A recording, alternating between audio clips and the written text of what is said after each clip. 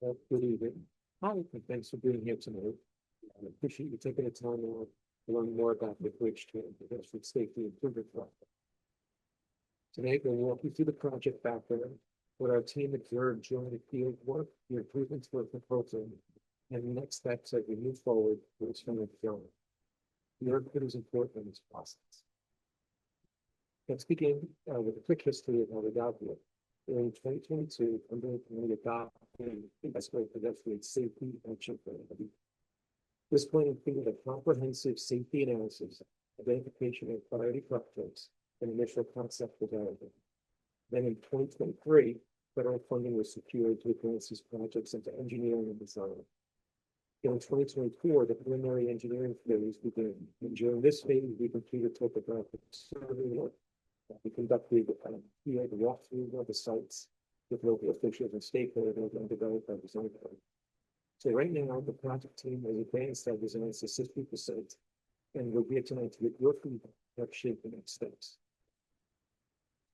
So the purpose of this project is simple but critical: improve safety for everyone using these roadways, and that includes drivers, pedestrians, and bicyclists, improving multimodal traffic calming strategies. Between 2018 and 2022, there were 46 crashes along both roadways. So improving safety along these corridors directly supports New Jersey's zero goals of eliminating traffic-related deaths and serious injuries upon 2030.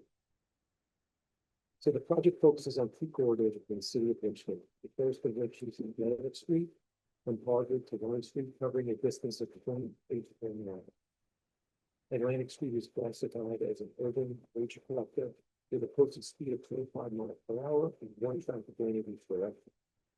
During our field walk in November of 2024, we noted several conditions in need of attention, and they included missing or faded pavement markings, steep sidewalk crosswalks, sidewalk areas in poor condition, and uplifted sidewalks caused by trees. Now, the crash history from 2018 to 2022 resulted in a crash. Most of the crashes involved vehicles striking cars or same direction sides of collisions. And there was one minor injury is suspected in each crash. Conversely, if we look at the crash types between the prior years, of 2012 to 2016, there was a total of 54 crashes, which is much higher, with 61% involving struck parked vehicles and 13% involving right-angle crashes. So the past record would indicate a problematic crash history within this railway corridor. The second corridor included in this project is Irving Avenue, which will be improved between mileposts 0.07 to milepost 1.14. The roadway is classified as an urban minor arterial, with speed limits ranging from 25 miles an hour west of Manhattan Avenue to 35 miles per hour east of that location. And field observations indicated pedestrian ramps lacking protective warning surfaces, steep sidewalk crosswalks, areas with sidewalk gaps, and portions of the roadway with no sidewalk at all.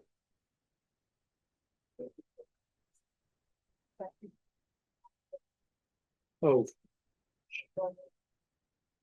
okay. So from Irving Avenue is from Route 71. Is it 77 to North Burlington Road, and Atlantic is from Harvard to Harvard to Line. Thank you. Oh, yeah. Oh, that's fine. That's fine. I don't know. It's like that. It's right. You're good. Okay. And so the crash data for this corridor shows 28 crashes between 2018 and 2022, including one fatal crash and several crashes resulting in injuries. The most common type of crashes were rear end and right angle. The project incorporates several proven safety countermeasures designed to reduce crashes and enhance pedestrian visibility. We'll be using continental style crosswalks where they could be attached with perfect functions placed in shoulder areas. And these elements will shorten pedestrian crossing distances and help slow vehicle speeds. A rectangular rapid flashing beacon, or RRFB, was planned on Irving Avenue between Church Street and East Day, as shown at the stall location. All RFPs provide a great attention-based pattern that significantly improves driver yielding to pedestrian. Studies have shown that yield rates can increase from 20% before installation to about 80% after installation. Raised islands in the median and shoulder areas of the roadway narrow the roadway width and provide pedestrian refuge and visually reinforce speed reduction. The display indicates closely the treatment of the median island we will be implementing in this project. Flush islands in advance of the raised islands will be using a decorative coating to alert drivers to the accompanied median sections. Increased visibility of sidewalk and stop locations. Advanced warning signs are proposed to be installed. At the intersection of Manheim Avenue and Irving Avenue, we're introducing a 4-second leading pedestrian interval, giving pedestrians to the crosswalk before cars receive the green signal. This has been shown to reduce pedestrian vehicle conflicts and improve safety significantly. Starting with Atlantic Street improvements, a typical three-legged intersection is shown on the left, and a standard common four-legged intersection is shown on the right. Atlantic Street will consist of 10-foot travel lanes and 8-foot wide parking area. Noteworthy improvements include new centerline striping, 6-inch wide white edge striping, high visibility crosswalks, raised pavement markers showing Algeria squares on the display, and parking restricted areas shown as white hatched boxes. All pedestrian ramps will be operated to meet ADA standards. The next location is Woodland Drive. This side street is very wide at the intersection. So we are reconfiguring this intersection by visually narrowing the paved surface with the painted median and installing islands at the northeast corner of the intersection flush with the pavement, containing a decorative surface pavement. And our last location on Atlantic Street is the intersection of Vine Street.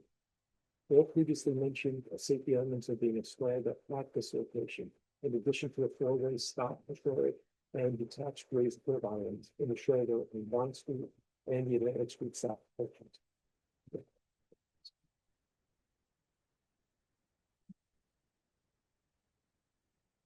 See?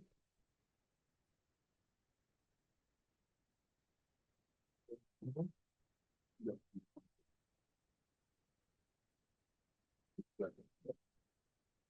Next, let's talk about Irving Avenue.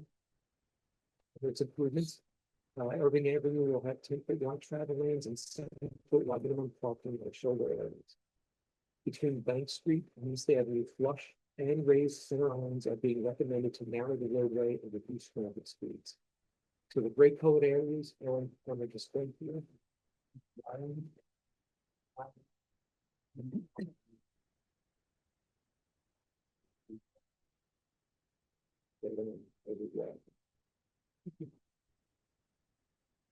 As we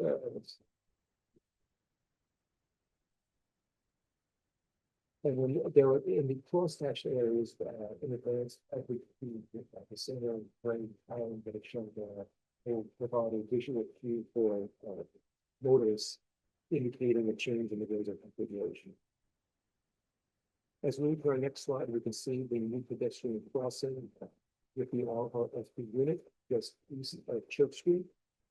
On the east end of the transition, islands in the shoulder area are once again raised to encourage reduced vehicle speeds and transition back to the Irving Avenue typical section. Shown as an inset on this display in the upper left-hand corner is the new crossing between York Street and Lakeview Avenue. Unfortunately, due to NGDP floodplain restrictions, raised islands in the shoulder area was not feasible at this location. And you'll also see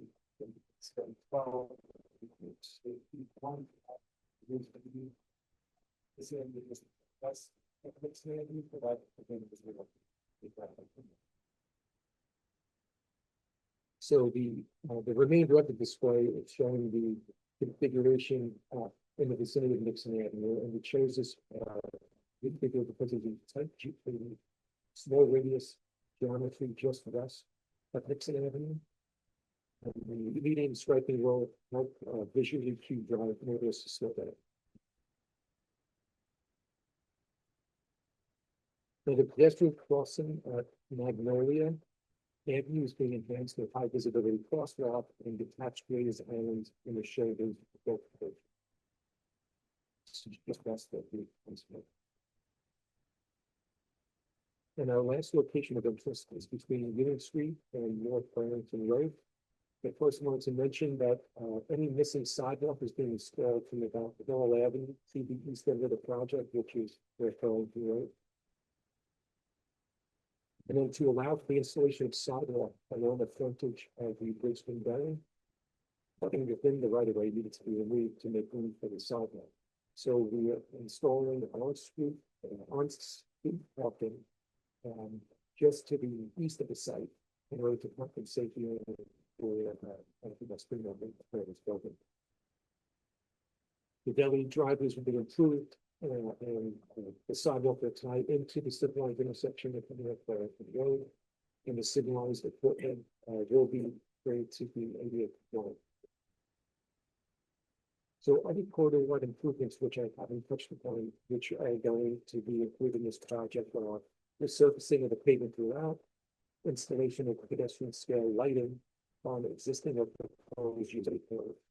And then due to these necessary improvements, there will be some temporary construction movements to complete some of the rebuilding of driveways within the projects. So here's what happens after today's meeting. We collect and review your feedback. We will refine the design plans on that feedback. And our project advances into final design. And construction is forecast to begin in 2026. I'd like to thank you again for your participation. And your feedback is essential for our success. And we look forward to hearing from you. We'll be happy to answer questions. More information is available at the website down below there, or you could still the QR. And thanks again for coming and participating.